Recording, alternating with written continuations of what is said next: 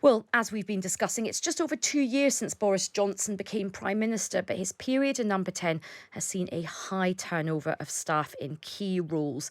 Explosive factional battles, alcohol-fueled parties, policy disagreements and pandemic-induced burnout have all contributed to the tumultuous shifts and the top level of Downing Street. But in the last 24 hours, 5 of the biggest dogs in Downing Street have announced their resignations.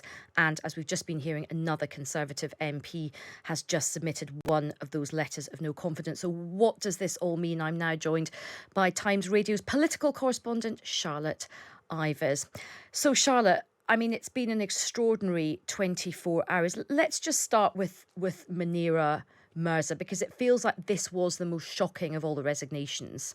This certainly was. It was the first and also the most explosive of the resignations. Munira Mirza has been an aide of Boris Johnson's for around 14 years. She is a true believer. She was always his key defender. She is also someone considered pretty universally by Conservative MPs to be a credible and smart figure who was doing good work. So that is a big loss for Boris Johnson. What is even more damaging to him is the way that she went. She wrote a letter which was made public in which she essentially accused the Prime Minister of not doing politics as it should be done by referencing a smear about Keir Starmer, alleging that he did not get to grips with prosecuting Jimmy Savile. Now, she said that he should have apologised for it. He obviously did not. He clarified his words but did not apologise, and therefore she felt the need to go. And she finishes her letter by saying that it is too late for her, but she hopes that it will not be too late for him.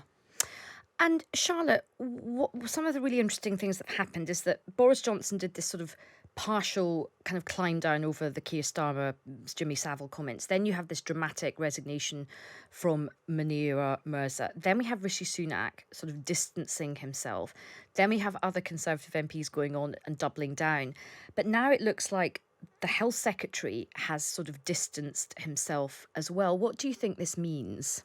Well, the Health Secretary was speaking today and was asked about this, and he started off by slightly backing the Prime Minister. He said that the Prime Minister has already clarified his remarks, and Javid thinks that is important. But then he said, Director of Public Prosecutions is a big job. It's a very important job. And I think Sir Keir Starmer deserves the respect for taking on such a big public job and doing it well. So clearly they're an attempt to distance himself from Boris Johnson. I mean, that's quite a lot of clear blue water between what Boris Johnson said and what, I mean, Sajid Javid sort of praising Keir Starmer.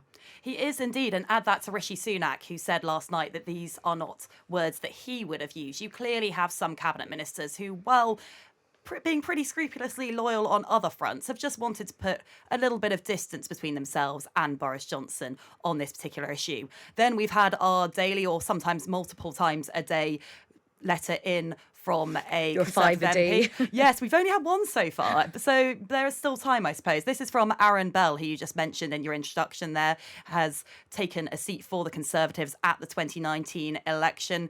He is the one who stood up in Parliament on Monday and asked Boris Johnson if he thought that Mr. Bell was a fool because he went to his grandmother's funeral. He drove all the way down. He sat socially distanced by himself, barely spoke to anyone in his family, and drove all the way up. And he said, because of the parties in Downing Street, does the Prime Minister think I'm a fool? So we're not surprised to see this letter go in. But again, he talks about his loyalty, his past loyalty to Boris Johnson. He backed Brexit. He backed Johnson for the leadership in 2019, but he is disappointed that it has come to this. So you are seeing people who you might have expected to be loyal absolutely turning on Boris Johnson now.